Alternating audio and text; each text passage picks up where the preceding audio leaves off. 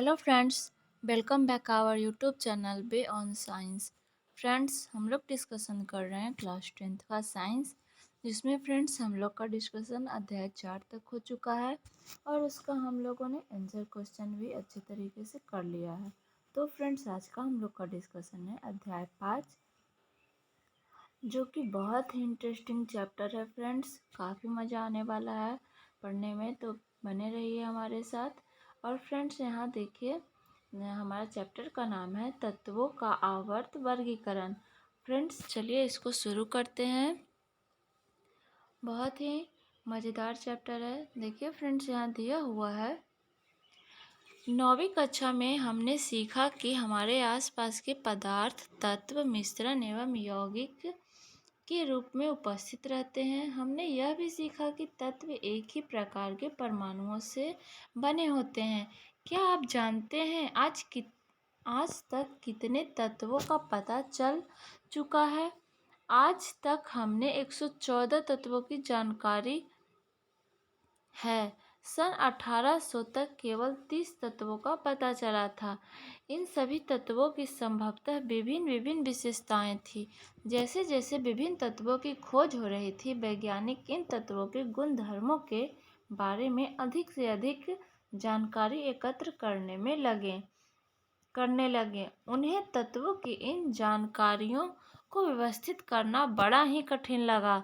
उन्होंने इन गुणधर्मों में एक ऐसा प्रतिरूप ढूंढना आरंभ किया जिसके आधार पर इतने सारे तत्वों का आसानी से अध्ययन किया जा सके। आगे है फ्रेंड्स, अव्यवस्थित को व्यवस्थित करना, तत्वों के वर्गीकरण का प्रारंभिक प्रयास। देखिए, इसमें दिया हुआ है, हमने पढ़ा कि कैसे विभिन्न वस्तुओं एवं प्राणियों को उनके गुणधर्मों के आधार पर वर्गीकृत किया जा सकता है।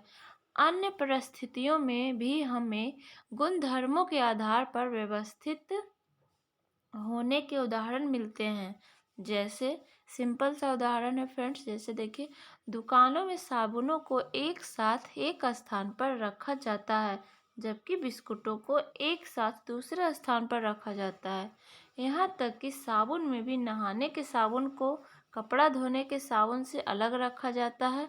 इसी प्रकार वैज्ञानिकों ने भी तत्वों को उनके गुणधर्मों के आधार पर वर्गीकृत करने के कई प्रयास किए ताकि अव्यवस्थित को व्यवस्थित किया जा सके। सबसे पहले ज्ञात तत्वों को धातु एवं अधातु में वर्गीकृत किया गया। जैसे जैसे तत्वों एवं उनके गुणधर्मों के बारे में हमारा ज्ञान बढ़ता गया, वैसे वैसे उन्हें वर्गीकृत करने के प्रयास किए गए। देखिए फ्रेंड्स, यहाँ पे 5.1.1 डाबे राइनर के त्रिक हैं। सन 1817 में जर्मन रसायनज्ञ वुल्फगांग डावेराइनर ने सामान्य गुणधर्मों वाले तत्वों को समूहों में व्यवस्थित करने का प्रयास किया। उन्होंने तीन तीन तत्व वाले कुछ समूहों को चुना।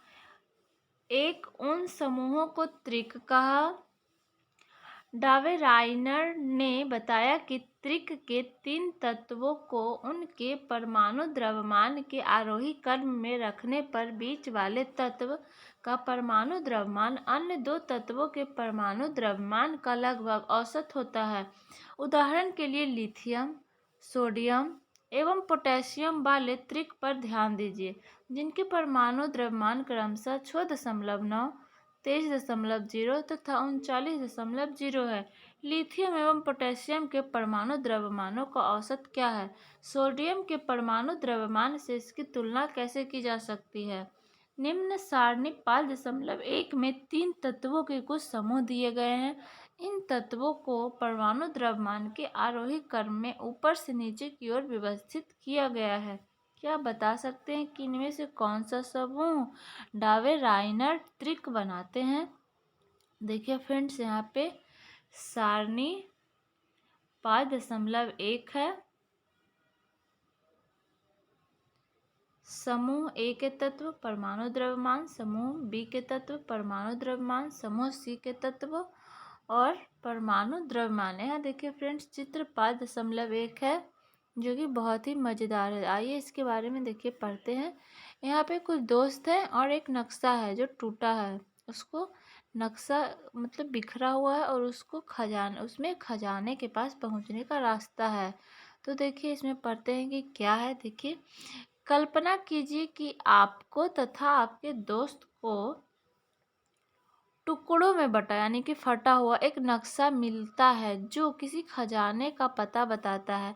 क्या आप उस खजाने तक का रास्ता का पता करना आसान होगा या अव्यवस्थित? तो जाहिर सी बात है फ्रेंड्स, फटा हुआ या टूटा हुआ अलग अलग में हम लोग रास्ता नहीं ज्ञात कर पाएंगे, असुविधा होगी और यह अव्यवस्थित है। रसायन विज्ञान में भी ऐसी ही अव्यवस्था थी। तत्व तो ज्ञात थे लेकिन उनके वर्गीकरण एवं अध्ययन की कोई विधि ज्ञात नहीं थी। देखिए फ्रेंड्स, अब यहाँ देखते हैं।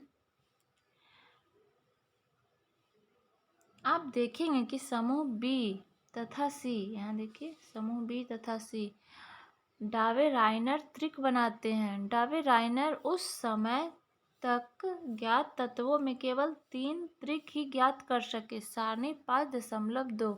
इसीलिए त्रिक में वर्गीकृत करने की यह पद्धति सफल नहीं रही। अब देखिए फ्रेंड्स क्या हुआ। जे ब्लू डावे राइनर ये वैज्ञानिक थे 1780 और 1849, मतलब ये जन्म था और ये मृत्यु का समय था। देखिए, जोहान वुल्फगांग डावे राइनर ने जर्मनी के म्यून्सबर्ग में औषधि विज्ञान की पढ़ाई की और उसके बाद स्ट्रैसबर्ग में रसायन शास्त्र का अध्ययन किया। फिर वे जीना विश्वविद्यालय में रसायन एवं औषधि विज्ञान के प्रोफेसर बन गए। उन्होंने ही सबसे पहले प्लैटिनम को उत्प्रेरक के रूप में पहचाना तथा समान त्रिक की खोज की, जिससे तत्वों की आवर्त सारणी का विकास हुआ। देखिए फ्रेंड्स, यहाँ सारणी 5.2 है। डावे राइनर त्रिक, लिथियम कैल्शियम और यहाँ क्लोरीन है, Na potassium, Sr Br Bei, ये इन्होंने त्रिक बनाया था। आगे है फ्रेंड्स न्यूलैंड्स का अष्टक सिद्धांत। इसमें दिया हुआ है डावे राइनर के प्रयासों ने दूसरे रसायनज्ञों को तत्वों के गुणधर्मों का उनके परमाणु द्रव्यमान के साथ संबंध स्थापित करने के लिए प्रोत्साहित किया। सन 1866 में अंग्रेज वैज्ञानिक जॉन न्यूलैंड्स ने ज्ञात तत्वों को परमाणु द्रव्यमान के आरोही क्रम में व्यवस्थित किया। उन्होंने सबसे कम परमाणु द्रव्यमान वाले तत्व हाइड्रोजन से आरंभ किया तथा 96वें तत्व थोरियम पर इसे समाप्त किया। उन्होंने पाया कि प्रत्येक 8वें तत्व का गुणधर्म जो है पहले तत्व के गुणधर्म के समान है। उन्होंने इसकी तुलना संगीत के अष्टक से की और इसीलिए उन्हें इसे अष्टक का सिद्धांत कहा। इसे न्यूलैंड्स का अष्टक सिद्धांत के नाम से जाना जाता है। न्यूलैंड्स के अष्टक में लिथियम एवं सोडियम के गुणधर्म समान थे। सोडियम लिथियम के बाद 8वां तत्व है। इसी तरह बेरिलियम एवं मैग्नीशियम में अधिक समानता है। न्यूलैंड्स के अष्टक के मूल रूप का एक भाग सारणी 5.3 में दिखाया गया है। देखिए फ्रेंड्स, यहाँ देखिए ये संगीत का सुर में इन्होंने बिठाया था सा रे गा मा पा धा नी। इस तरह से देखिए फ्रेंड्स तत्वों को इन लोगों ने देखिए रखा था। आगे दिया हुआ है फ्रेंड्स, क्या आप जानते हैं, क्या आप संगीत के सुरों से परिचित हैं? भारतीय संगीत प्रणाली में संगीत के 4 सुर होते हैं सा रे गा मा पा धा नी। पाश्चात्य संगीत में लोग इन सुरों का ऐसे उपयोग करते हैं डो रे मी फा सो ल टी। ये सुर है के स्केल पूर्ण टोन और अर्ध टोन आवृत्ति अंतराल से अलग किए गए होते हैं। इन स्वरों का उपयोग कर कोई संगीतकार संगीत की रचना करता है। स्पष्ट है कि कुछ सुर बार बार दोहराए जाते हैं। प्रत्येक 8वां सुर पहले सुर जैसा होता है तथा अगली पंक्ति का पहला सुर होता है। ऐसा देखा गया है कि अष्टक का सिद्धांत केवल कैल्शियम तक ही लागू होता था, क्योंकि कैल्शियम के बाद प्रत्येक 8वें तत्व का गुणधर्म पहले तत्व से नहीं मिलता। आगे है फ्रेंड, न्यूलैंड्स ने कल्पना की कि प्रकृति में केवल 56 तत्व विद्वान हैं तथा भविष्य में कोई अन्य तत्व नहीं मिलेगा, लेकिन बाद में कई नए तत्व पाए गए जिनके गुण धर्म अष्टक सिद्धांत से मेल नहीं खाते थे। अपनी सारणी में इन तत्वों को समंजित करने के लिए न्यूलैंड्स ने दो तत्वों को एक साथ रख दिया और कुछ असमान तत्वों को एक साथ एक स्थान में रख दिया। क्या आप सारणी 5.3 में ऐसे तत्व ढूंढ सकते हैं? ध्यान दीजिए कि कोबाल्ट तथा निकेल एक साथ में है तथा इन्हें एक साथ उसी स्तंभ में रखा गया है जिसमें फ्लोरीन, क्लोरीन एवं ब्रोमीन है। यद्यपि इनके गुण धर्म उन दोनों तत्वों से भिन्न हैं। आयरन को कोबाल्ट एवं निकेल से दूर रखा गया है, जबकि इनके गुण धर्मों में समानता होती है। इस प्रकार न्यूलैंड्स अष्टक सिद्धांत केवल हल्के तत्वों के लिए ही ठीक से लागू हो पाया। अब फ्रेंड्स देखिए, यहाँ पे प्रश्न बनता है, क्या डावे राइनर के त्रिक न्यूलैंड्स के अष्टक के स्तंभ में भी पाए जाते हैं? तुलना करके पता कीजिए। डावे राइनर के वर्गीकरण की क्या सीमाएं हैं? न्यूलैंड्स के अष्टक सिद्धांत की क्या सीमाएं हैं? फ्रेंड्स, क्वेश्चन को हम लोग देखेंगे। अभी आगे का टॉपिक करते हैं। देखिए फ्रेंड्स, दिया हुआ है अव्यवस्थित से व्यवस्थित करना, मेंडलीफ की आवर्त सारणी। देखिए फ्रेंड्स, अब इसके बाद मेंडलीफ नामक के वैज्ञानिक आते हैं। देखिए यहाँ पे न्यूलैंड्स के अष्टक सिद्धांत के अस्वीकार होने के बाद भी कई वैज्ञानिकों ने ऐसे प्रतिरूपों की खोज जारी रखी जिससे तत्वों के गुणधर्मों का उनके परमाणु द्रव्यमान के साथ संबंध स्थापित हो सके। तत्वों के वर्गीकरण का मुख्य श्रेय रूसी रसायन डमित्री इवानोविच मेंडलीफ को जाता है। तत्वों की आवर्त सारणी के प्रारंभिक विकास में उनका प्रमुख योगदान रहा। उन्होंने अपनी सारणी में तत्वों को उनके मूल गुणधर्म, परमाणु द्रव्यमान तथा रासायनिक गुणधर्मों में समानता के आधार पर व्यवस्थित किया। देखिए फ्रेंड्स, यहाँ डमित्री इवानोविच मेंडलीफ, यहाँ पे इनका देखिए जीवन काल दिया हुआ है 1834 से 1907 ईस्वी तक। देखिए फ्रेंड्स, मेंडलीफ का जन्म 8 फरवरी 1834 में रूस के पश्चिमी साइबेरिया के टोबेल्स्क स्थान में हुआ था। अपनी प्रारंभिक शिक्षा के बाद मेंडलीफ ने अपनी मां के प्रयासों के कारण ही विश्वविद्यालय में प्रवेश पा सके। अपनी खोज को उन्होंने मां को समर्पित करते हुए लिखा, उन्होंने मुझे उदाहरण देकर समझाया, प्यार से समझाया, अपने से समाधानों एवं शक्ति व्यय करके मेरे साथ विभिन्न स्थानों पर गई। वह जानती थी कि विज्ञान की मदद से बिना हिंसा के, लेकिन प्यार एवं दृढ़ता से अंधविश्वास, असत्य धारणाओं एवं गलतियों को दूर किया जा सकता है। उनके द्वारा प्रस्तावित तत्वों की व्यवस्था को मेंडलीफ की आवर्त सारणी कहा जाता है। आवर्त सारणी रसायन में एक मेव सिद्धांत साबित हुआ। इससे जो है नए तत्वों की खोज के लिए प्रेरणा मिली। देखिए फ्रेंड्स, जब मेंडलीफ ने अपना कार्य आरंभ किया तब 63 तत्व ज्ञात थे। उन्होंने तत्वों को परमाणु द्रव्यमान एवं उसके भौतिक तथा रासायनिक गुणधर्मों के बीच संबंधों का अध्ययन किया। रासायनिक गुणधर्मों के अंतर मेंडलीफ ने तत्वों के ऑक्सीजन एवं हाइड्रोजन के साथ बनने वाले यौगिकों पर अपना ध्यान केंद्रित किया। उन्होंने ऑक्सीजन एवं हाइड्रोजन का इसलिए चुनाव किया क्योंकि वे अत्यंत सक्रिय हैं तथा अधिकांश तत्व के साथ यौगिक बनाते हैं। तत्व से बनने वाले हाइड्राइड एवं ऑक्साइड के सूत्र को तत्वों के वर्गीकरण के लिए मूलभूत गुणधर्म माना गया।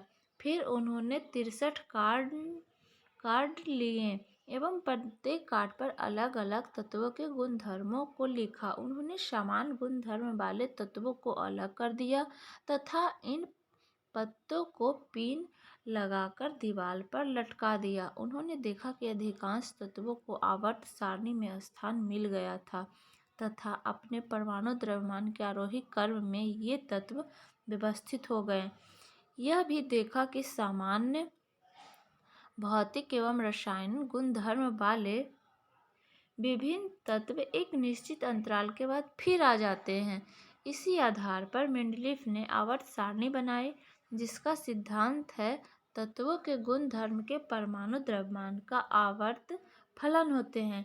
मेंडलीफ आवर्त सारणी के ऊर्ध्व स्तंभ को ग्रुप समूह तथा क्षैतिज पंक्तियों को पीरियड यानी कि आवर्त कहते हैं, जो कि सारणी 5.4 है। देखिए फ्रेंड्स, मेंडलीफ की आवर्त सारणी इस तरह से फ्रेंड्स उन्होंने बनाया था। देखिए, ये आवर्त सारणी है उनका। यहाँ पे ऑक्साइड हाइड्राइड है, ये इधर तीर का निशान इधर दिखाया गया है, ये आवर्त है। प्रथम, द्वितीय, तृतीय श्रेणी यहाँ पे दिया गया है। ये संक्रमण श्रेणी इधर दिया गया है। देखिए 6 श्रेणी तक यहाँ पे है इनका।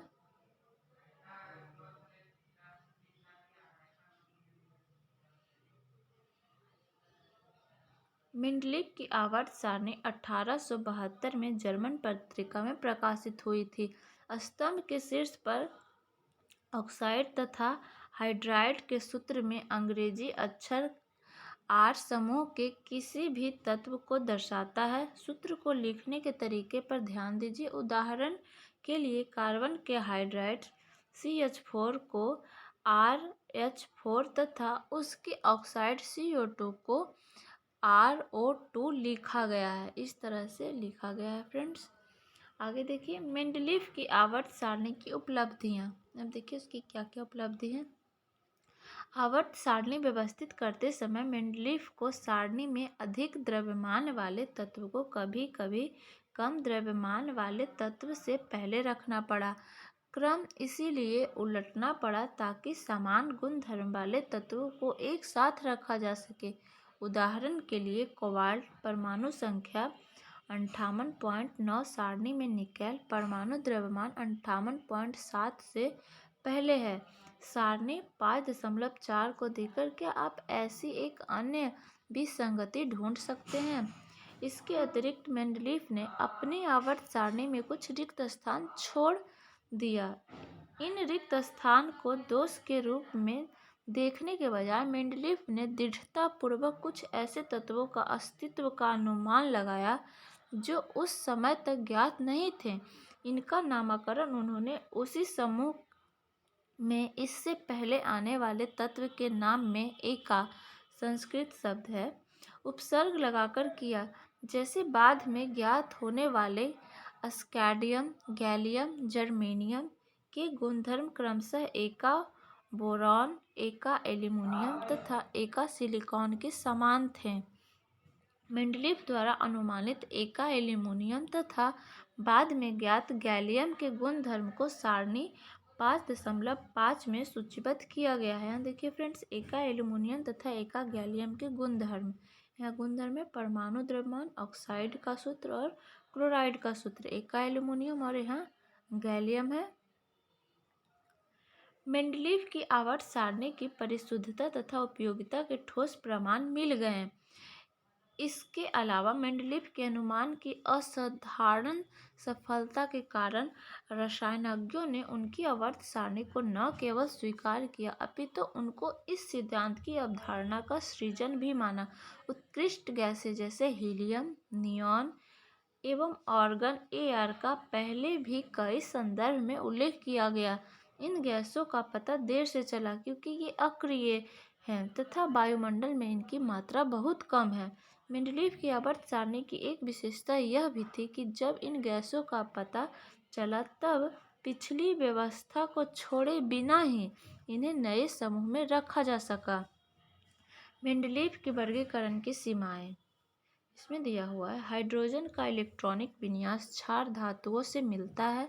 क्षार धातुओं की भांति हाइड्रोजन भी हाइलोजन, ऑक्सीजन एवं सल्फर के साथ एक जैसे सूत्र वाले यौगिक बनाते हैं, जैसा कि उदाहरण में दिखाया गया है। देखिए फ्रेंड्स, यहाँ पे दिखाया गया है हाइड्रोजन के यौगिक और ये सोडियम के यौगिक हैं। HCl, NaCl, H2O, Na2O, H2S और यहाँ पे Na2S है। दूसरी ओर हैलोजन की भांति हाइड्रोजन भी द्विपरमाणुक अणु के रूप में पाई जाती है और धातुओं एवं अधातुओं के साथ संयोजक यौगिक बनाती है। आगे दिया हुआ है फ्रेंड्स, देखिए क्रियाकलाप 5.1 इसमें दिया हुआ है क्षार धातुओं एवं हैलोजन की कुल समानता को ध्यान में रखते हुए हाइड्रोजन को मेंडलीव की आवर्त सारणी में उचित स्थान पर रखिए।